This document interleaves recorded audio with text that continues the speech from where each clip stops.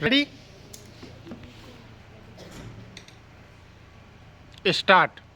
महोदय, यह माना जा रहा है कि उपयोगी पर्यावरण नीतियां व्यापार से लाभ उठाने में सहायक हो सकती हैं और मैं यह भी कहना चाहूँगा कि व्यापारिक अवसर और अधिक दिए जाने पर विकासशील देश पर्यावरण सुरक्षा में और अधिक निवेश कर सकेंगे। मेरा यह प्रत्यक्ष अनुभव रहा है कि व्यापार कार्य पर्यावरण के प्रति जागरूकता लाने का सर्वोत्तम उपाय नहीं है। पर्यावरण पर प्रभाव विभिन्न आयामों और विविध कारणों से पड़ते हैं।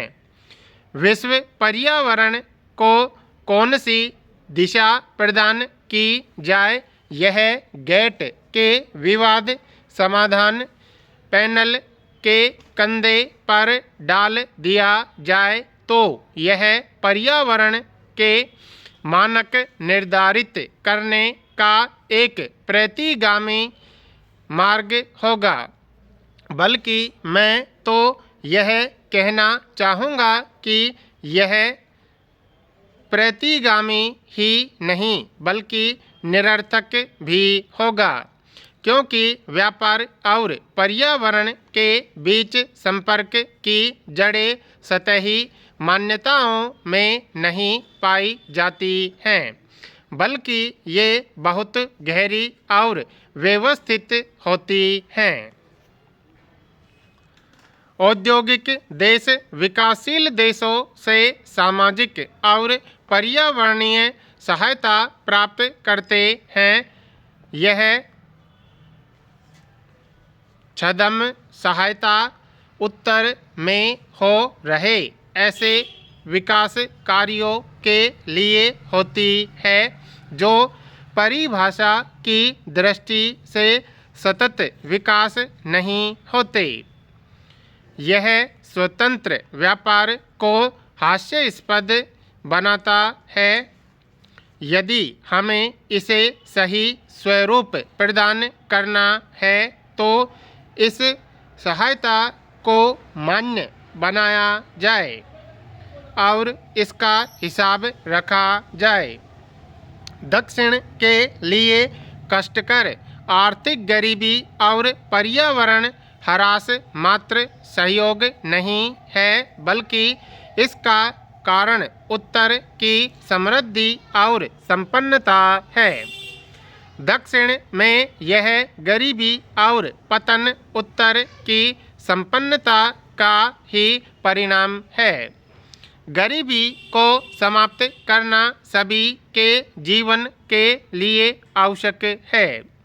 यदि जीवन के इस मार्ग की बाधाओं को दूर करना है तो हमें व्यापार और पर्यावरण पर आयोजित इस बहस के दिखावे से ऊपर उठना होगा। मेरा यह सहज विश्वास है कि हम सभी यह जानते हैं कि क्या हो रहा है, परंतु हम में से बहुत से आर्थिक वितंडावाद के कारण चुप रह जाते हैं। हमें यह सुनिश्चित करने का पूरा प्रयास करना होगा कि पर्यावरण की दृष्टि से व्यापारिक संबंधों को बदलने के लिए जो भी निर्णय किए जाएं वे पूर्णतः रियो सहमति के अनुरूप हों।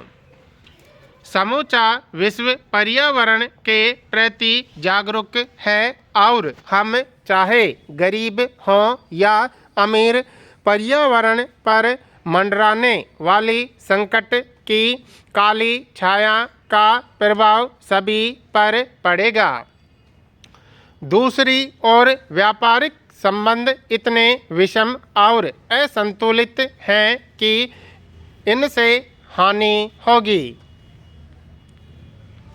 महोदय, भारत और बहुत से अन्य विकासशील और परिवर्ती अर्थव्यवस्था वाले देश आर्थिक उदारीकरण और विश्वव्यापीकरण के लिए अपने तरीके से प्रयास कर रहे हैं, परंतु मैं समझता हूँ कि व्यापार के उदारीकरण से विकासशील देशों को आर्थिक और पर्यावरण संबंधी लाभ तभी मिलेंगे जब बाजार प्रक्रिया को ठीक से काम करने दिया जाए और यह उत्पादों की वास्तविक लागत पर आधारित हो, परंतु अभी यह बात नहीं है।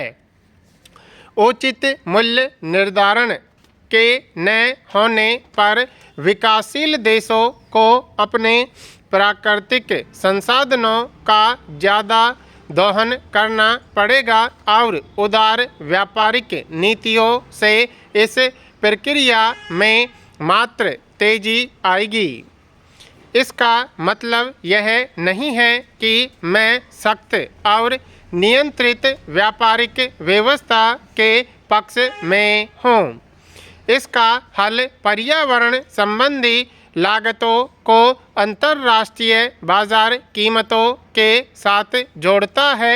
इससे यह सुविख्यात नियम की प्रदूषक कीमत अदा करेगा का विस्तार प्राप्त करके ग्राहक कीमत अदा करेगा के क्षेत्र तक व्याप्त हो जाएगा।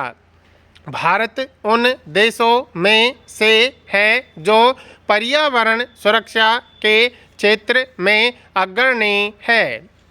हमारे यहाँ उत्पादों और प्रक्रियाओं के लिए पर्यावरण संबंधी मान हैं।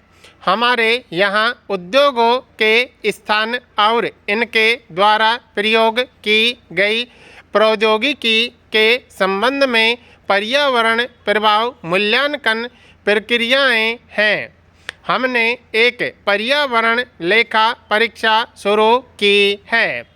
कोई भी विकासशील देश जो स्वेच्छा से पर्यावरण संबंधी सुरक्षा के इस मार्ग पर और आगे चलना चाहता है, सापेक्ष लाभ प्राप्त करने की अपेक्षा तब तक कैसे कर सकता है जब तक उसे पर्यावरण संबंधी कम कीमतों का खतरा रहेगा। यहाँ पहले ही ऐतिहासिक अंतर है और हमें गरीबी और आर्थिक रूप से अल्प विकास होने की तात्कालिक समस्याओं को भी दूर करने में अभी काफ़ी समय लगेगा। यदि पर्यावरण के कारण व्यापारिक लाभ भी कम हो जाए तो इससे न केवल हमारे विकास के प्रयासों को धक्का लगेगा बल्कि पर्यावरण संबंधी समस्याएं भी और उग्र हो जाएगी।